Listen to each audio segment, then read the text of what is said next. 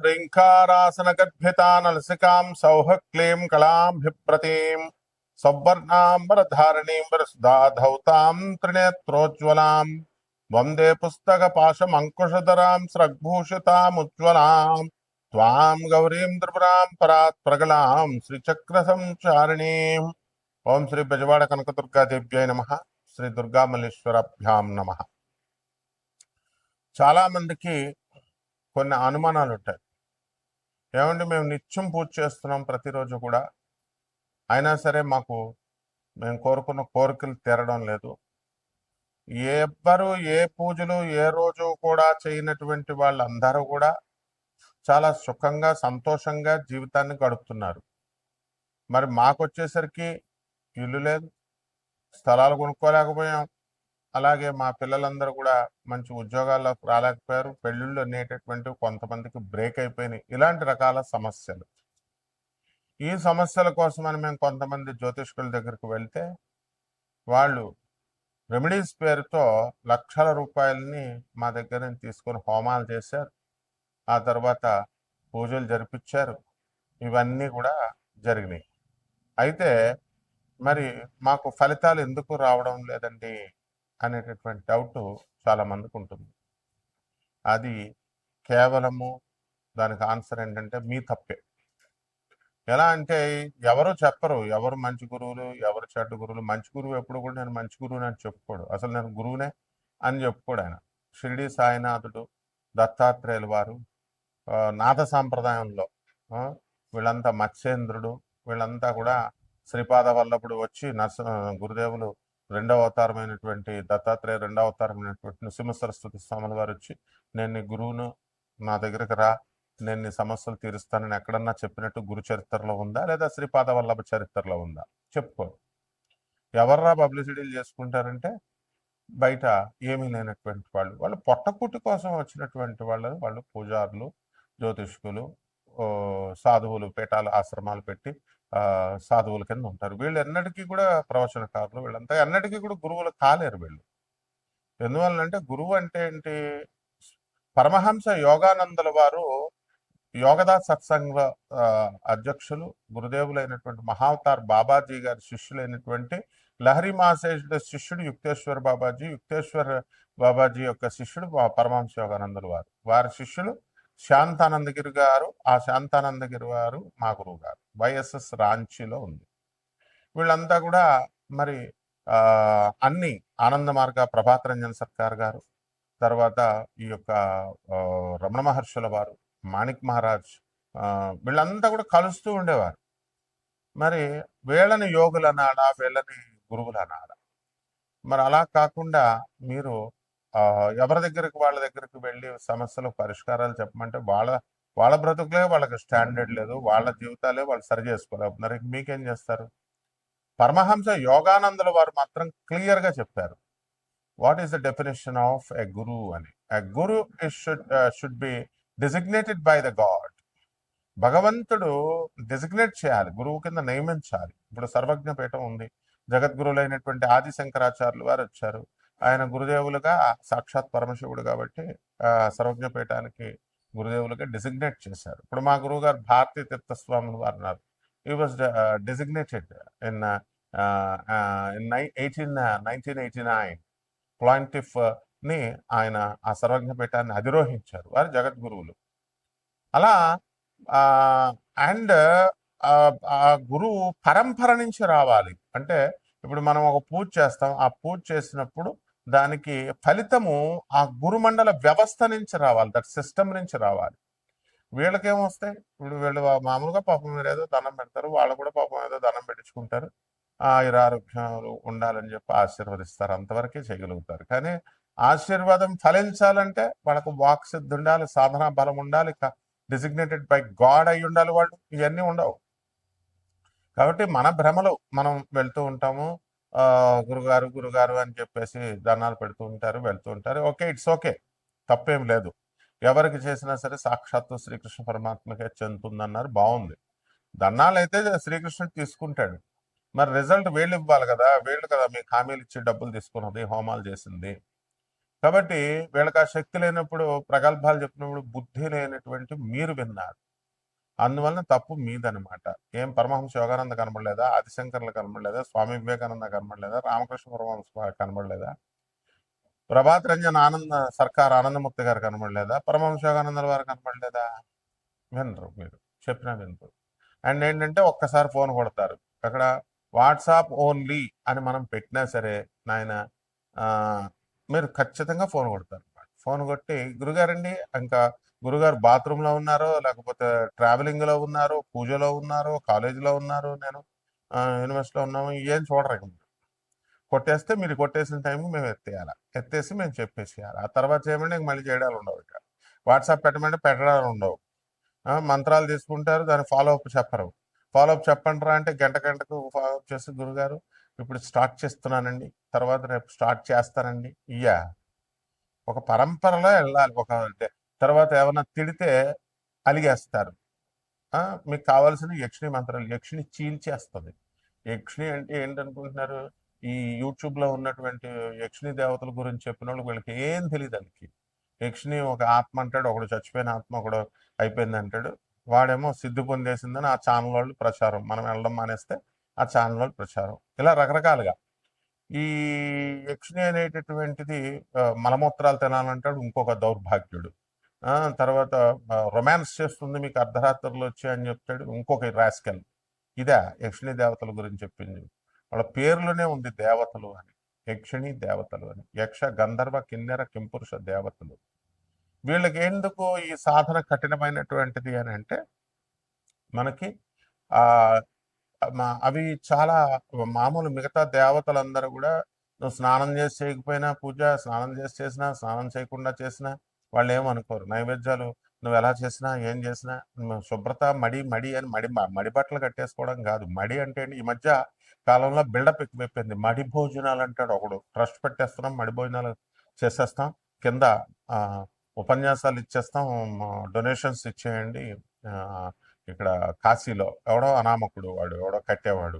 అంతకుముందు అరుణాచలం గురించి పబ్లిసిటీ చేశాడు ఆయన. తర్వాత అందులో ఎవడో ఒకడో వాళ్ళందరూ డబ్బులు ఇచ్చారు. వాడు మాయమైపోయాడు. వాడు అక్కడ వర్క్స్ ఏం జరగల. Is the way. తర్వాత ఇంకొకడు మడి కట్టుకుంటున్నామండి, మడి పూజల్లో ఉన్నామండి, మడి భోజనాల్లో ఉన్నామండి.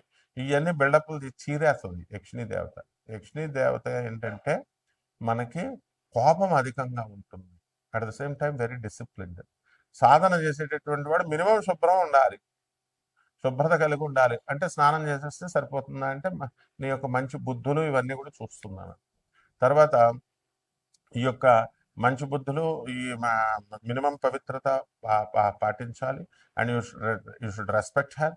యూ షుడ్ ఆమెను గౌరవించాలి, ఆమె మంత్రాన్ని గౌరవించాలి, ఆమె ప్రజెన్స్ వస్తుందని నమ్మాలి నువ్వు. ఆమెను ఎక్కడ అగౌరవపరిచినా సరే నేను చీల్చేస్తుంది. కాబట్టి ఈ ఈ వెధవలేమో నువ్వు లవ్ చేయి కామాతురణం నా లజ్జా నా భయం అని ఈ వెధవలకే బుద్ధి లేదు అసలు చెప్పే వెధవలకి. కామంతో అర్ధరాత్రులు వస్తుంది, మేముతో రొమాన్స్ చేస్తుంది, మీ ఆవిడ ముట్టుకోనివ్వదు, అంత నాన్ సెన్స్ అంతా చెప్తారు. ఏదో వీళ్ళేదో యక్షిణి సాధన చేస్తారు. ప్రపంచంలో ఎవడో చేయలేదు యక్షిణి సాధన నేను తప్ప. సో ఇది గుర్తుపెట్టుకోండి. ఎందువలనంటే ఆ సిద్ధి ఆ యొక్క లక్షణాలు ఇవన్నీ కూడా మనకి చెప్పేటటువంటి మాటలను బట్టి అర్థం అవుతాయి మనకి. మీరు తెలుసుకోవాలి అది. సో అటువంటి యక్షిణి మాత దగ్గర మీరు డిస్రెస్పెక్ట్ ఇవ్వకుండా తర్వాత ఆమె పట్ల అగౌరవంగా ప్రవర్తించకుండా అసభ్యకరంగా ప్రవర్తించకుండా ఇలా మీరు చేసుకున్నప్పుడు తప్పకుండా ఆమె భౌతికమైనటువంటి వరాలను ఇచ్చేటటువంటి దేవత కాబట్టి అద్భుతమైనటువంటి డబ్బుని సంపదని ఇస్తుంది. ఇంకా కొంతమంది దశమహావిద్యలు నేర్పండి అంటారు. నేర్పేయడమే ఇదేంటి ఏమైనా ఫిజిక్స్ కెమిస్ట్రీ మ్యాథ్స్ ట్యూషన్ ఇస్తే వచ్చేసేది. ఐఐటి ఇచ్చేస్తామని చెప్తారు నారాయణ శ్రీ చైతన్యం వాళ్ళు. ఏదో ఐఐటి సీట్లు వీళ్ళ చేతుల్లో ఉన్నట్టు మేము ఇప్పించేస్తాం ఆకాష్ ఐఐటి ఫిడ్జీ అంతా ఐఐటి చేత వాళ్ళ కౌన్సిలర్లు చెప్తారు ఐఐటి ఇచ్చేస్తామండి డైరెక్ట్ సీటు. అసలు MRPTC act monopolies restrictive trade practices act ప్రకారము ఎవరైతే గ్యారంటీ ఇస్తారో వాళ్ళని బొక్కలో వేసేయచ్చు. ఇవన్నీ తెలుసుకోవాలి మీరు. అలాగే ఈ యొక్క దశమహావిద్యలు ఇచ్చేయండి. దశమహావిద్యలకు మీరు డిసిప్లిన్ రావాలా. తిడితే మీరు పడాలి, గురువుకే ఎదిరిస్తారు మీరు. డేట్ ఆఫ్ బర్త్లు చెప్తారు, చెప్పేసేయండి ఫోన్లో అంటారు. ఇవన్నీ కాదు. అలాగే కోటాను కోట్ల మంది కామన్ ప్లాట్ఫారం మీద చెప్పబడేటటువంటి రాశులు ఇవి. కాబట్టి రాత్రికి ఒక దౌర్భాగ్యుడు నాకు ఫోన్ చేశాడు. రాత్రికి రాత్రే మారిపోతాయండి, నేను మీ అభిమాని అండి, మీరంటే రెస్పెక్ట్ అండి అంటాడు. బాగానే ఉన్నాడు, చెప్పి సగం చచ్చి అర్థం అవట్లా. ట్రావెలింగ్ లో ఉన్నప్పుడు అప్పుడు కొడతారనమాట. ఏమంటే నిన్నటి దాకా బాలేంది, జూన్ 1 వరకు బాలేని జాతకము, జూన్ 2 నుంచి గురుడు మిథున రాశి నుంచి కర్కాటక రాశిలోకి వచ్చేస్తున్నాడు, అర్ధరాత్రికి రాత్రి మారిపోద్ది అంటారు. బుద్ధి లేని విధవ. ఫస్ట్ అసలు జాతకాలు మారడం అంటే రాశి ఫలాలు ఈ గాడిదలు చెప్పేటటువంటి అందరూ ఈయన జాతకాలు మారిపోతాయి, ఈ పూజలు చేసేస్తే మారిపోతాయి, ఇది చేసేస్తే మారిపోతాయి అని చెప్తే నువ్వు చేయించుకున్నావు. చేయించుకున్నటువంటి వాళ్ళకి ఏమైనా మారిందా? ₹1 ఇవ్వలేదు, పావలా ఇవ్వలేదు, స్టూపిడ్ ఫెలో. మారిపోద్దా అని నువ్వు డిస్కషన్స్ చేయడానికి ఆ ఫోన్ నెంబర్ పెట్టింది. నేను ఏమైనా మీ ఫ్రెండ్ నా 2 hours టైం, 2 minutes టైం అని అంటారు. I'm world number 1 astrologer and 20 countries లో ఉన్న 600 ఆశ్రమానికి, ఆనంద్ మార్గ ఆశ్రమానికి, ఆ తర్వాత ఇండియాలో ఉన్నటువంటి 300 ఆశ్రమాలకి రిప్రజెంటేటివ్ గురువుని, ఇంటర్నేషనల్ కోఆర్డినేటర్ని. అరే పర్సనల్ అపాయింట్మెంట్ అంటారు కొంతమంది. పర్సనల్ అపాయింట్మెంట్ అనేది కుదరదు. బికాస్ యాజ్ ఎ ప్రొఫెసర్ నాకు మొత్తం ఆల్ ఇండియాలో ఉన్నటువంటి స్టూడెంట్స్ మేము చూసుకోవాలి. సివిల్ సర్వీసెస్ ఇలాంటి ఎగ్జామ్స్ రాసేవాళ్ళు ఉంటారు. And only for IAS, IPS, ministers వాళ్ళకి, ఎమ్మెల్యేలు, ఎంపీలకి వాళ్ళకే సరిపోదు మాకు అపాయింట్మెంట్ ఇవ్వడానికి, మా స్టూడెంట్స్ని చూసుకోవడానికి. కామన్ మ్యాన్ అది హర్ట్ చేయడానికి కాదు. We don't have enough time. అందుకని చెప్తున్నా సరే అర్థం చేసుకోవట్లేదు. సో దీన్ని బట్టి, ఈ యొక్క కర్మలను బట్టి, ఈ ఈ ప్రతి ఒక్కడు కూడా ఈ పూజలు చేయాల్సినటువంటి అవసరం లేదు. అయినా సరే మీరు జాతకాలను మార్చుకోవచ్చు డిసిప్లిన్ వల్ల. అది ఎలాగో మా ఒక్కొక్క రాశికి ఎలా ప్రభావితం చేస్తుంది అన్నది నేను చెప్తాను. ధనుస్సు రాశి, ఈ ధనుస్సు రాశి వారికి అందరికీ కూడా అర్ధాష్టమంలో శని నడుస్తున్నాడు. ఈ యొక్క సప్తమంలో ఉన్నటువంటి ఈ యొక్క గురుగ్రహము అష్టమంలోకి వస్తున్నాడు జనవరి 2, 2026 సంవత్సరం నుంచి. కాబట్టి అప్పులు అధికంగా రావడానికి అవకాశాలు ఉంటాయి మీకు. ఎక్కడెక్కడ చెడ్డ వాళ్ళు ఉంటారో బెల్లం చుట్టూ ఏగలు వాలినట్టుగా మీ దగ్గర బాగా పుష్కలమైన డబ్బు వస్తుంది. కాబట్టి అందరూ కూడా మీ చుట్టూ దగ్గరకు వచ్చేస్తారు. అలాగే రియల్ ఎస్టేట్ రంగంలో చాలా మంది బ్రోకర్స్ ఉంటారు, ఏజెంట్లు. వాళ్ళు పాత వాళ్లే కదా, మనకి ఎప్పుడు ఇప్పించేవాళ్లే కదా అని బ్లైండ్గా మీరు స్థలాలు కొనడం వాళ్ళ దగ్గర.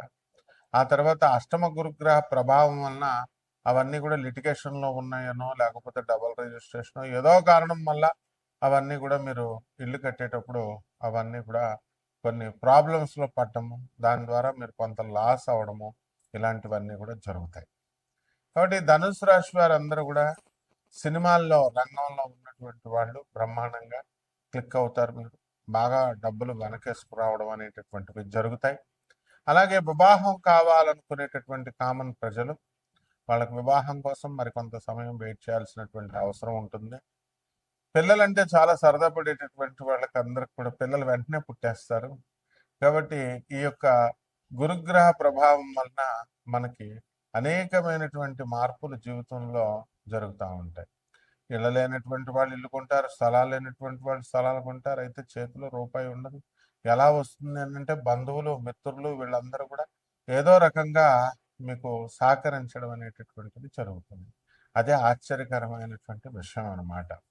కాబట్టి ఈ రాశిలో ఉన్నటువంటి యువతి యువకులు చదువుకుంటారా బాబు అని కాలేజీలకు పంపిస్తే వీళ్ళు ప్రేమ వ్యవహారాల్లో కొంతమంది ఇరుక్కొని ప్రేమ పెళ్ళిళ్ళు చేసుకోవడానికి అవకాశాలు ఉంటాయి.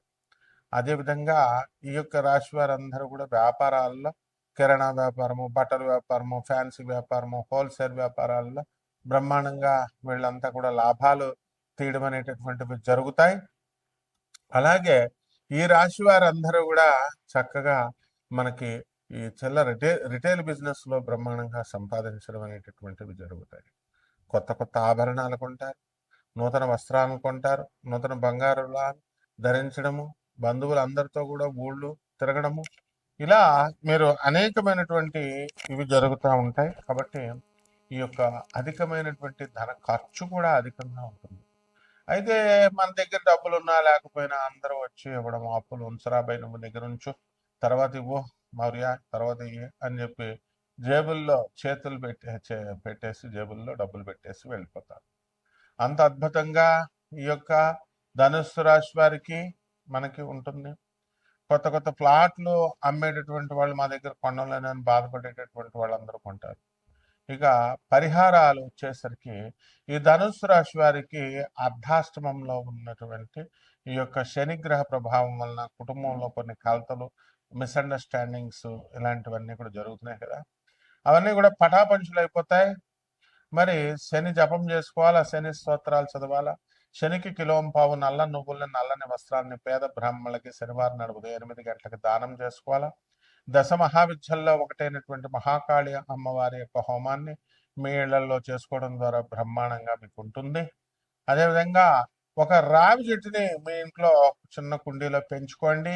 దాన్ని తులసి చెట్టుని పెంచినట్టుగా ఆ రోజు పూజ చేస్తూ పెంచుకోండి. ఆ తర్వాత కొంచెం పెద్దదైన తర్వాత దాన్ని తీసుకెళ్లి రోడ్డు మీద వేద్దరు కానీ బ్రహ్మాండంగా అది ఎదగడం అనేటటువంటివి జరుగుతాయి. ఈ రకంగా మీరు దశ మహావిద్యల్లో ఒకటైనటువంటి తారా అమ్మవారి యొక్క హోమాన్ని మీ ఇళ్లలో చేసుకోవడం, మంత్రజపం చేసుకోవడం ద్వారా బ్రహ్మాండంగా ఉంటుంది. శుభం.